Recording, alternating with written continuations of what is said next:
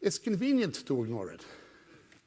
It's convenient to ignore 3.4 million Christians genocidally exterminated in Sudan, nearly 1 million since the late 60s genocidally exterminated in Nigeria, 300,000 genocidally exterminated in East Timor. Several months ago, I was speaking in Indonesia. 3,000 churches have been burned to the ground in the last 3 years. But if Israel shoots one terrorist, the world is up in arms. It's an occupation, our president said day before yesterday. An occupation. It's something called archaeology. Interesting study, archaeology. Archaeology tells me that Hopi Indians and Apache Indians were in Arizona long before Europeans or Asians or blacks, Hispanics. Don't get me wrong, I have no problem with a Afro-American or a Hispanic American or a European American or an Asian American living in Arizona. But don't tell me an Apache is an occupying presence. How can an indigenous people logically be called an occupying presence? A Maori cannot occupy New Zealand. An Apache cannot occupy Arizona, but according to the President of the United States, a Jew can occupy Bethlehem.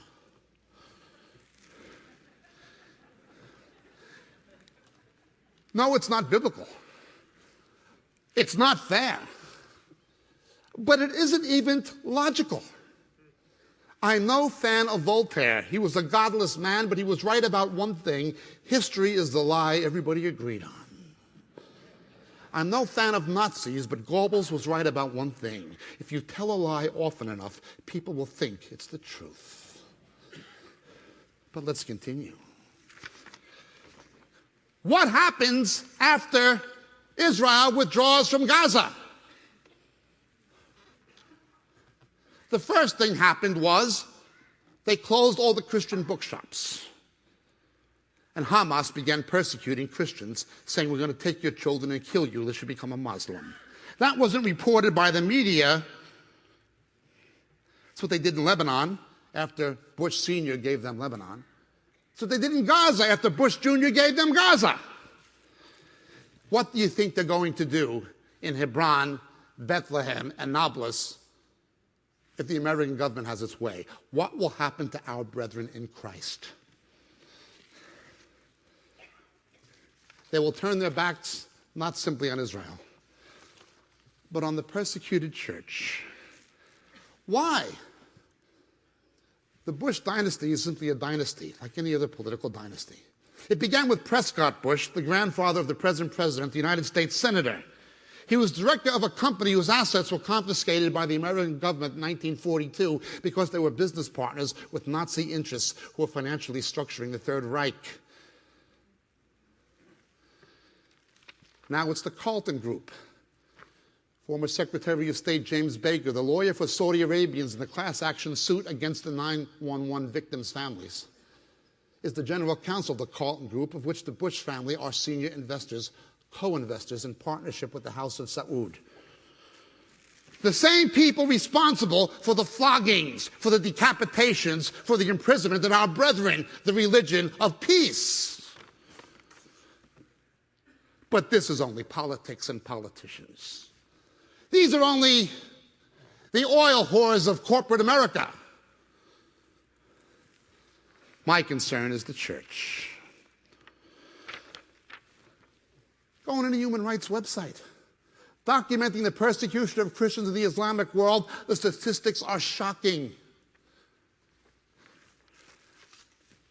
But if you ask the question, we are being told repeatedly that it is a religion of peace and tolerance by the left-wing media, by the White House, by the academics, by the Council of Islamic American Relations. We're a religion of peace and tolerance. I've been to Morocco.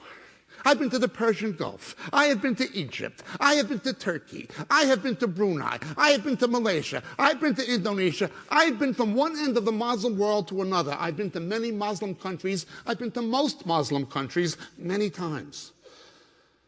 If it is a religion of peace and tolerance, how come I have never found one Muslim country that will give Christians and Jews the rights we give them here. Not one. You can't ask that question.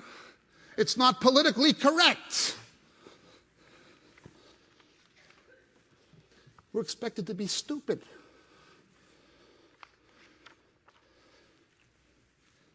Religion of peace and tolerance? There are nearly 4 times as many conflicts in the world today involving Islam as all of the other religio people groups put together. By some estimates, upwards of 80% of the conflicts in the world involve Islam. We just began a new orphanage in Tanzania, infringing Saudi-funded Islamic fundamentalism, persecuting Christians throughout Africa, Malawi, Tanzania, Kenya. Getting worse as we speak. What does our government say? Nothing. Islamists call for the elimination of Christians in Pakistan. You know how many Christians are killed in Pakistan?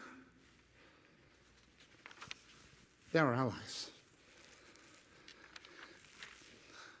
Let's talk about moderate Muslims. Countries that receive economic aid from America, like Egypt and Jordan.